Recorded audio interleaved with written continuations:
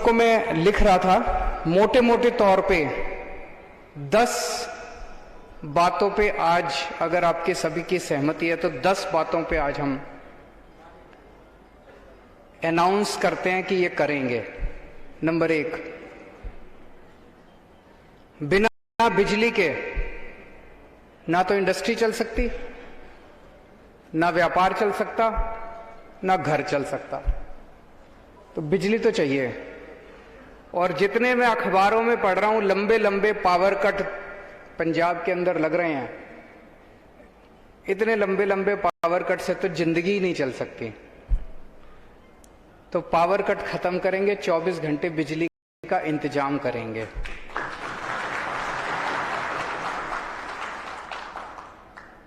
और ये मैं कह रहा हूं अपने तजुर्बे से।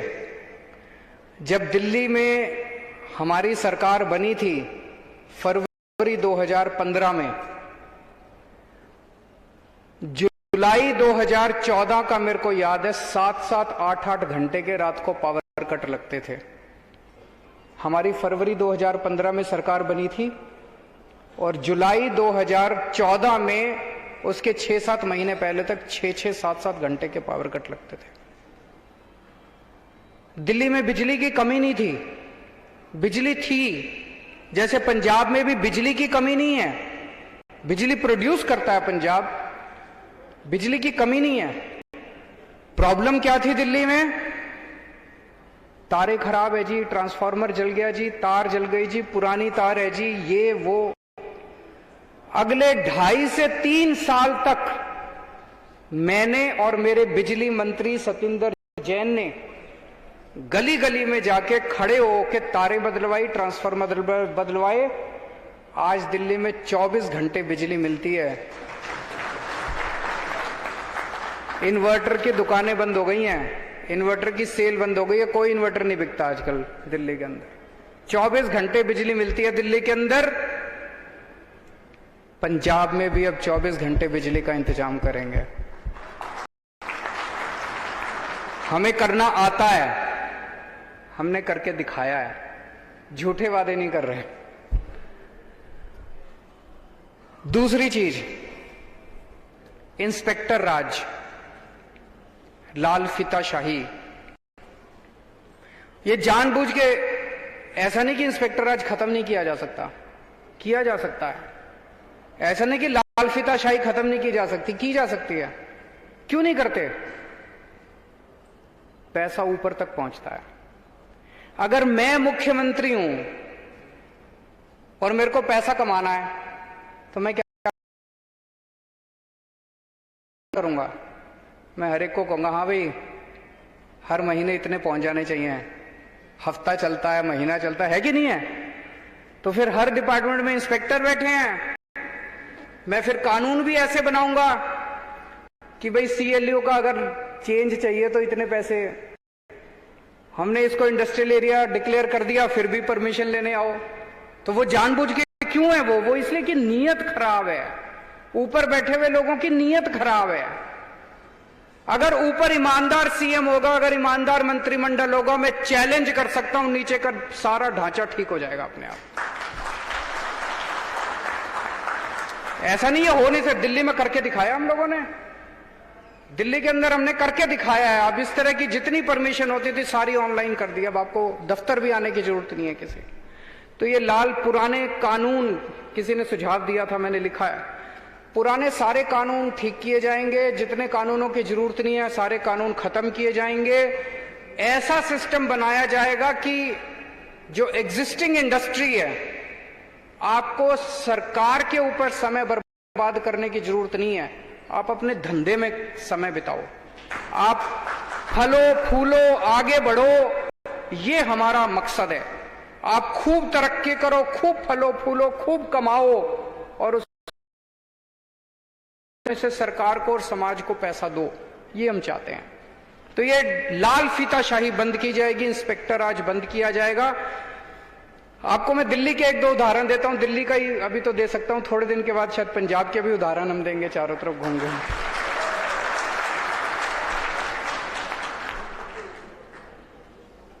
दिल्ली में हमने आने के बाद वैट, उन दिनों में वैट होता था, अब जीएसटी है। वैट डिपार्टमेंट के सारे इंस्पेक्टरों को घर बिठा दिया। हमने कहा खबरदार कोई नहीं जाएगा। रेड राज बंद कर दिया।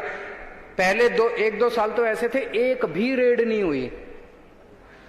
आपको जान के ताज्जुब होगा कि 5 साल के अंदर जब हमारी सरकार बनी 30,000 करोड़ का रेवेन्यू था हमारा।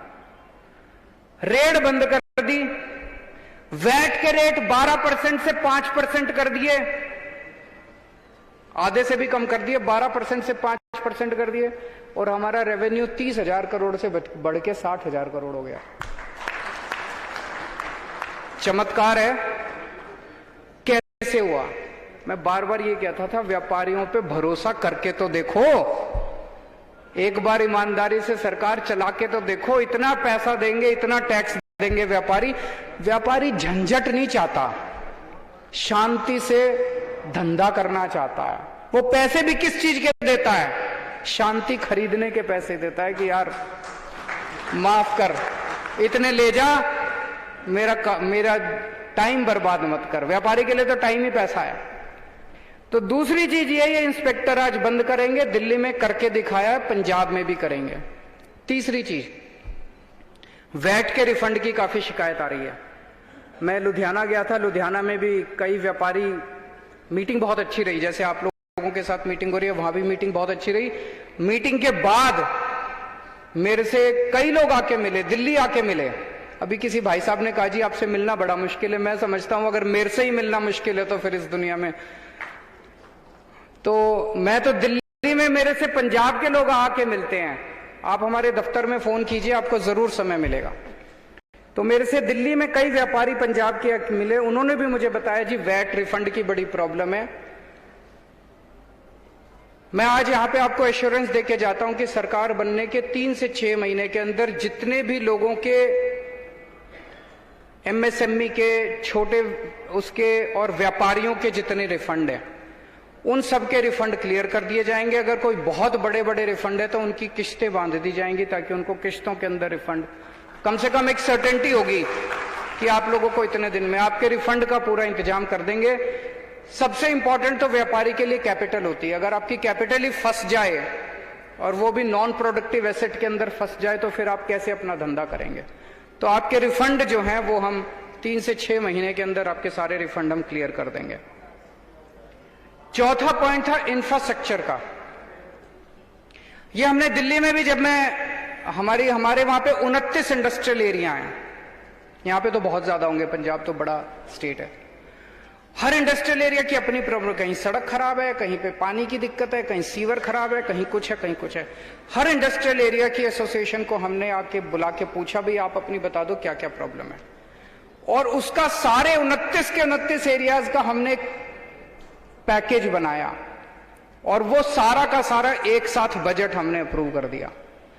मैं समझता हूं कि अभी क्योंकि सरकार नहीं संभाली, तो मैं पैसे कितने होंगे, बजट कितना होगा, मैं बहुत ज्यादा वो नहीं, लेकिन कोशिश करेंगे 1 से 2 साल के अंदर आपके सभी फोकल पॉइंट्स के, सभी इंडस्ट्रियल जोन्स के, और उस सभी इंडस्ट्री के जो फोकल पॉइंट्स के बाहर हैं, आप लोगों ने बताया 80% इंडस्ट्री आपकी फोकल पॉइंट के बाहर है, उन सारी इंडस्ट्री का इंफ्रास्ट्रक्चर, आपकी सड़कें, आपका पानी, आपकी सीवर, आपकी बिजली, जो जो आपके इंफ्रास्ट्रक्चर के प्रॉब्लम्स हैं, 1 से 2 साल के अंदर हम आपकी सारी क्लियर कर देंगे। उसके लिए बजटरी प्रोविजन हम लोग कर देंगे। 5वां पॉइंट जो संधू साहब ने भी बोला, जैन साहब ने भी बोला, एनहेंसमेंट का 10 लाख की, ये मैं, संधू साहब ने एक बड़ी अच्छी बात बोली कि जी हमने बादल साहब को भी बोला था, वो भी बोले कि चुनाव के बाद कर देंगे। हमने कैप्टन साहब को भी बोला था, उन्होंने भी कहा कि चुनाव के बाद कर देंगे। मेरी निवेदन है, एक बार केजरीवाल को बोल के देखो।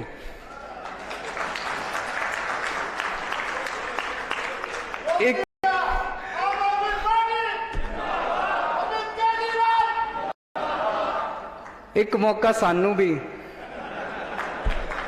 एक मौका मेरे को देके देखो, हम लोगों को देके देखो, आम आदमी पार्टी को देके देखो, और मैं आपको यकीन दिलाता हूं बाकी सबको भूल जाओगे, आप जिंदगी भर भूल जाओगे। तो एनहेंसमेंट नहीं लिया जाएगा। एनहेंसमेंट भी एक इसको मैंने पूरे सिस्टम को स्टडी किया हुआ, ये जानबूझ के किसानों को भी और इंडस्ट्रियलिस्ट्स को भी, दोनों को परेशान करने का एक बहुत अच्छा सिस्टम है, दोनों को निचोड़ने का, पैसा बनाने का एक बहुत अच्छा सिस्टम है। इसको आप लोगों से एनहेंसमेंट नहीं लिया जाएगा, जितना दे दिया आप लोगों ने दे दिया। ये CLU वाला बड़ा इंटरेस्टिंग समझ, वो लुधियाना वाले भी आए थे मेरे पास, उन्होंने कहा जी पूरे इलाके को इंडस्ट्रियल एरिया डिक्लेयर कर दिया, इंडस्ट्रियल जोन डिक्लेयर कर दिया। अब अगर आप वहां पे जमीन खरीदते हैं, उसका फिर CLU क्यों होता है? जब आपने उसको इंडस्ट्रियल जोन डिक्लेयर कर दिया तो उसका तो CLU ऑटोमेटिक होना चाहिए। वो इसलिए होता है क्योंकि उनको पैसा कमाना है, वो इसलिए होता है क्योंकि उसको ऊपर पहुंचाना है, वो इसलिए होता है क्योंकि मंत्री तक पैसा पहुंचेगा और मंत्री फिर ऊपर मुख्यमंत्री तक। तो ये CLU का धंधा बंद करेंगे। जो जो इंडस्ट्रियल जोन्स हैं, फोकल पॉइंट्स हैं, जहां पे जमीन को, उस एरिया को ऑलरेडी इंडस्ट्रियल डिक्लेयर कर दिया गया, उसमें मैक्सिमम ये हो सकता है कि एक ऑटोमेटिक इंटीमेशन आप इंटीमेट कर दीजिए मैंने ये जमीन खरीद ली, बस that should be more than sufficient, this should not be any permission.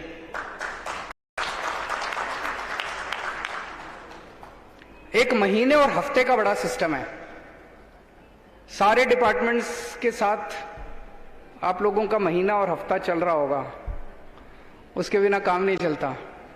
तो ये सिस्टम बंद किया जाएगा, आपको कोई महीना देने की जरूरत नहीं है, कोई हफ्ता। और ये मेरी गारंटी है, मैं देख रहा हूं कई लोगों के चेहरे पे ये स्माइल है कि काम कैसे होगा। फिर आपका काम कराने की जिम्मेदारी हमारी है, काम भी होगा और महीना भी बंद किया जाएगा। गुंडा टैक्स किसी ने बोला नहीं, शायद डरते डरते नहीं बोला, ये मैं पहले सुनता था, अकाली दल के समय में होता था, फिर कैप्टन साहब बोले मैं खत्म करूंगा, लेकिन सुना अभी भी चल रहा है कई इलाकों के अंदर गुंडा टैक्स, कि वहां का मंत्री या वहां का कोई आके गेट पे बिठा देता है इंडस्ट्री के, जितने ट्रक जाते हैं हर ट्रक के ऊपर गुंडा टैक्स लगता है और वो फिर पैसा लिया जाता है। तो एक तरह से मंत्री पार्टनर बन गए हैं हर इंडस्ट्री के। ये धंधा बंद करेंगे, ये सारा गुंडा टैक्स का, ये मंत्रियों की एक्सटॉर्शन का, लोकल MLA की एक्सटॉर्शन का, महीने का, हफ्ते का, ये सारा धंधा बंद किया जाएगा। 8वां पॉइंट, आज मैं आपके बीच में आपसे, हर पार्टी आती है व्यापारियों के पास चुनाव के पहले, किस लिए आती है आपके पास चुनाव के पहले? व्यापारी क्यों याद आते हैं चुनाव के पहले? इंडस्ट्री क्यों याद आती है? उद्योगपति क्यों याद आता है पार्टियों को? पैसा चाहिए। आगे कहते हैं ना जी पैसा चाहिए चुनाव लड़ने के लिए, मेरे को आपसे पैसा नहीं चाहिए। आज मैं आप लोगों को पंजाब की तरक्की में पार्टनर बनाने के लिए इनवाइट करने के लिए आया हूं।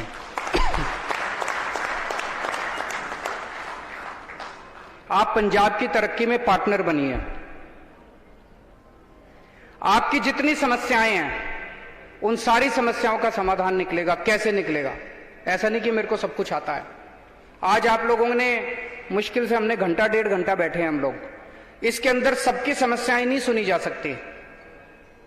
और आज जितनी आपने समस्याएं बता दी, मैं यहां खड़ा होकर उनका समाधान भी बता दूं, उससे कोई जिंदगी नहीं सुधर जाएगी। जिंदगी चल रही है और नई नई समस्याएं आएंगी। इन समस्याओं को समाधान करने का कोई ढांचा बनाना पड़ेगा, स्ट्रक्चर बनाना पड़ेगा। तो मेरा एक सुझाव है कि एक हम ऐसा इंडस्ट्री और व्यापारियों की बॉडी बनाई जाए, हर इंडस्ट्री का रिप्रेजेंटेटिव होना चाहिए उसमें। मंत्री, इंडस्ट्री मिनिस्टर जो भी है वो उसका हेड हो।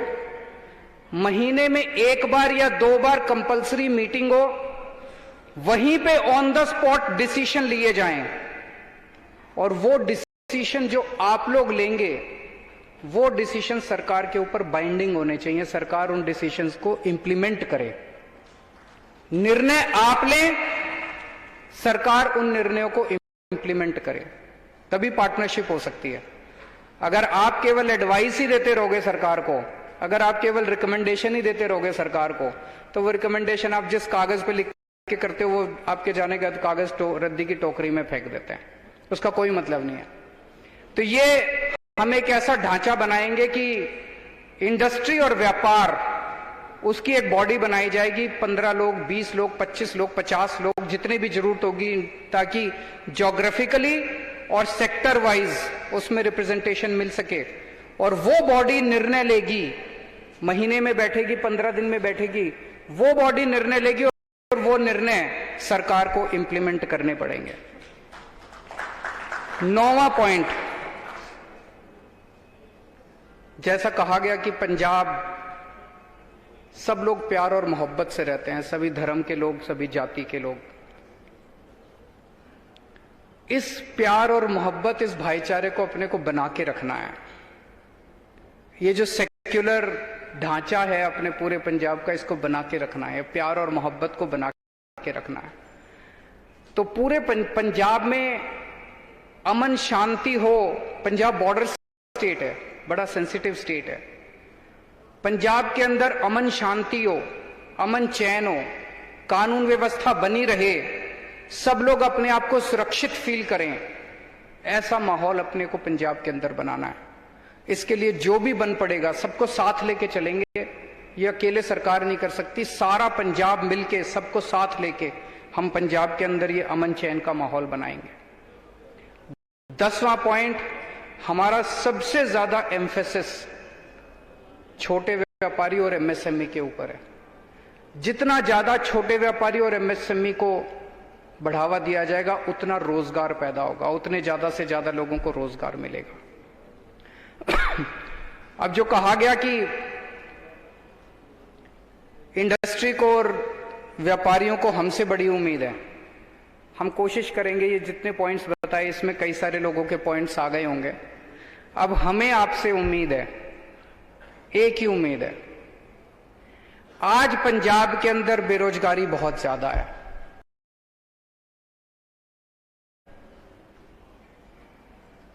हर घर के अंदर बच्चे बेरोजगार हैं, हर घर के अंदर लोग, कई अनपढ़ भी हैं, कई पढ़े लिखे भी हैं, डिग्री ले लेके बेरोजगार बैठे हैं। उनको रोजगार केवल आप दे सकते हो। आपकी सारी प्रॉब्लम्स को दूर करने की जिम्मेदारी मेरी, आम आदमी पार्टी की सरकार की, ये मैं गारंटी देता हूं। अगर ना करूं तो आप मेरी बात मत करना। लेकिन हमारे बच्चों को रोजगार देने की केवल व्यापारी और इंडस्ट्री रोजगार दे सकते हैं, आप उनकी बेरोजगारी दूर कर सकते हो।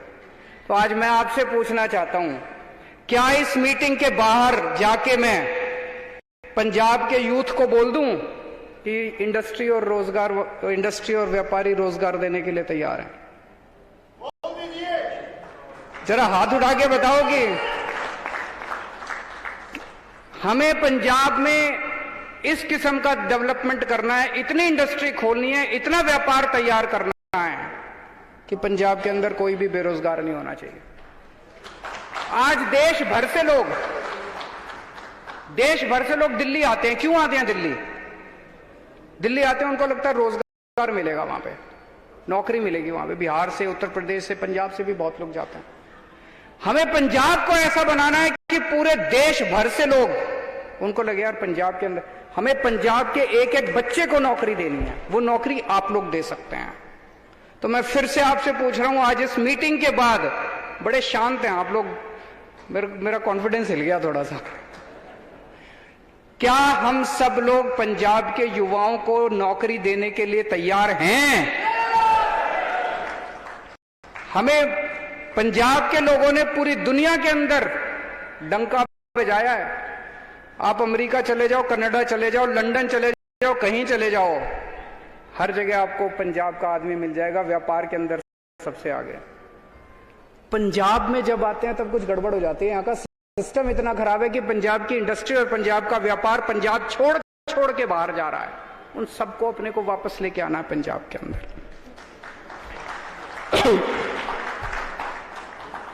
और एक किस्सा सुनाता हूं। हमने जब पहला बजट दिल्ली के अंदर रखा, मनीष सिसोदिया जी फाइनेंस मिनिस्टर हैं, उन दिनों में वैट होता था।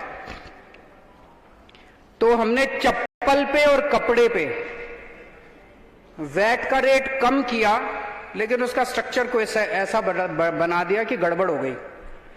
जैसे ही हम असेंबली से बाहर निकले, विधानसभा से बाहर निकले, वहां पे कपड़े के और चप्पल के व्यापारी हमारा इंतजार कर रहे थे। मैं घर पहुंचा, उन्होंने मेरे से टाइम मांगा, मैं उनसे मिला, उन्होंने बताया जी ये गड़बड़ हो गई।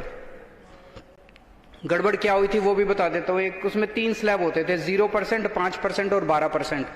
हमने सोचा इसको यूनिफॉर्म कर देते हैं, बड़ी गड़बड़ होती है, इंस्पेक्टर के ऊपर है, ये 0 में आएगा कि 5 में आएगा कि 12 में आएगा। हमने सारा 5 कर दिया।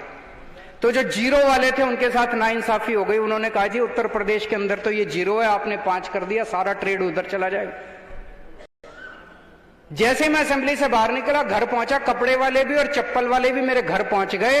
उन्होंने हमें बताया, और भाई साहब आपको यकीन नहीं होगा, अगले दिन विधानसभा के अंदर अपने अपना प्रस्ताव वापस ले लिया। आज तक मुझे नहीं लगता 70 साल के भारत के इतिहास में कोई सरकार होगी जो विधानसभा के अंदर बजट पेश होने के बाद 24 घंटे के अंदर अपना प्रस्ताव वापस ले ले। कोई और पार्टी की सरकार होती वो क्या कहती कि भाई साहब अब तो हो गया। जो बहुत अच्छी सरकार भी होती वो भी ये कहती भाई साहब अब तो हो गया, अब अगली साल आना, अगली साल ठीक कर देंगे।